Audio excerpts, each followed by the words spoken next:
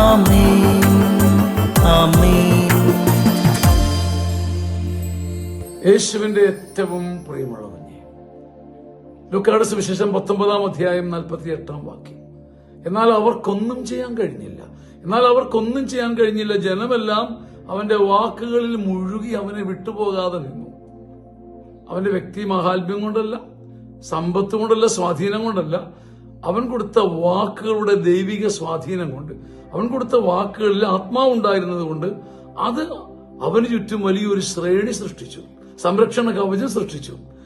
അവൻ കൊടുത്ത വാക്കുകളിൽ ദൈവജനത്തിന്റെ പ്രശ്നങ്ങൾക്ക് ഉത്തരമുണ്ടായിരുന്നു.